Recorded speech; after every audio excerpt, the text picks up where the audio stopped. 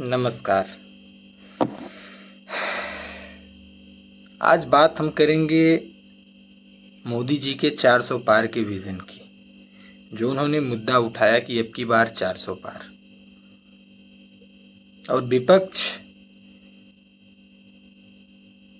ये सुनते ही बस उसे मूल मुद्दे से हर जगह से उनके पास कोई पॉइंट ही नहीं बचा। वो लोग सिर्फ बीजेपी को अब रोकने पे लग गए कि 400 पार कहां से करेंगे ये लोग।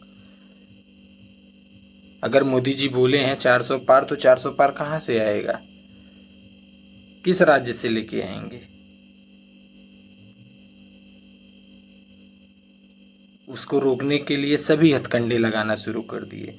और जहां तक मैं समझ पा रहा हूं मोदी जी को, कि ये उनका बस एक मनोवैज्ञानिक दबाव बनाने का हथकंडा था विपक्ष के ऊपर, जो सफल हुआ काफी हद तक। जहां तक मैं देख पा रहा हूं एग्जिट पोल आ चुके हैं, और एग्जिट पोल में भारतीय जनता पार्टी पूर्ण बहुमत से सरकार तो बनाने ही जा रही है, 400 के भी आंकड़े को छूती दिख रही है। तो जहां तक मैं समझ पा रहा हूं, ये जो मिशन लेके मोदी जी चले थे, उस मिशन में पूरी तरह से सफल हुए हैं, और विपक्ष औंधे मुंह गिरा है।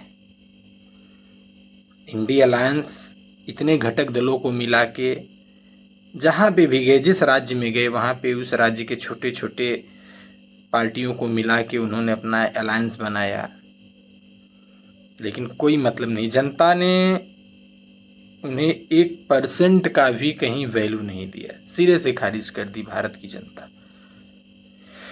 क्योंकि देश की जनता ये जान रही है कि मोदी की गारंटी मतलब गारंटी पूरी होने की गारंटी।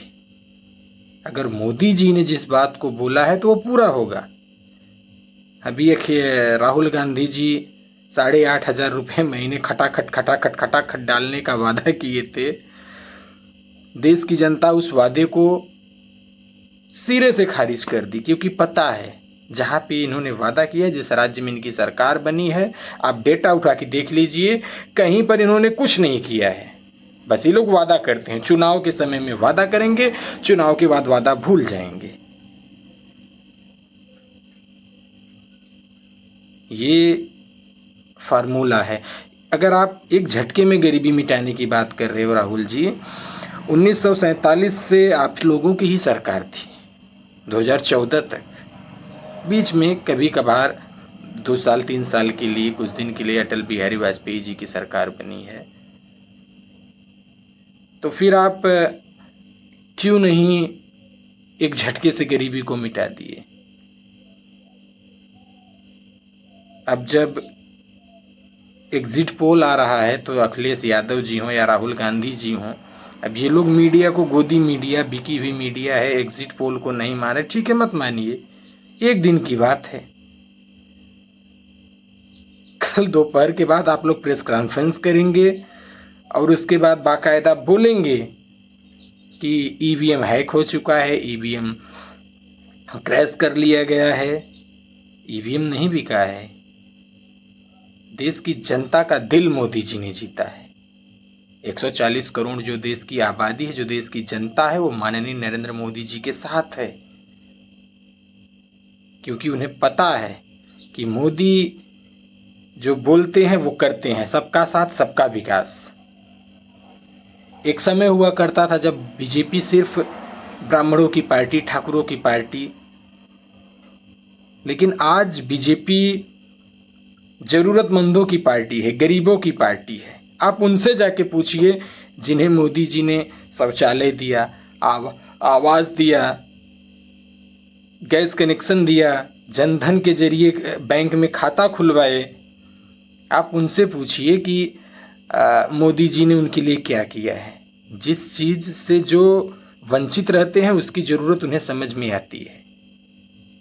हमेशा भोजन का महत्व भूखे को समझ में आता है। जो पेट से जो भूखा है उसे भोजन का महत्व समझ में आएगा, जिसका पेट भरा है उसे भोजन की तो वैल्यू ही समझ में नहीं आएगी। इसलिए मोदी जी ने देश के जनता की नब्ज को पकड़ा।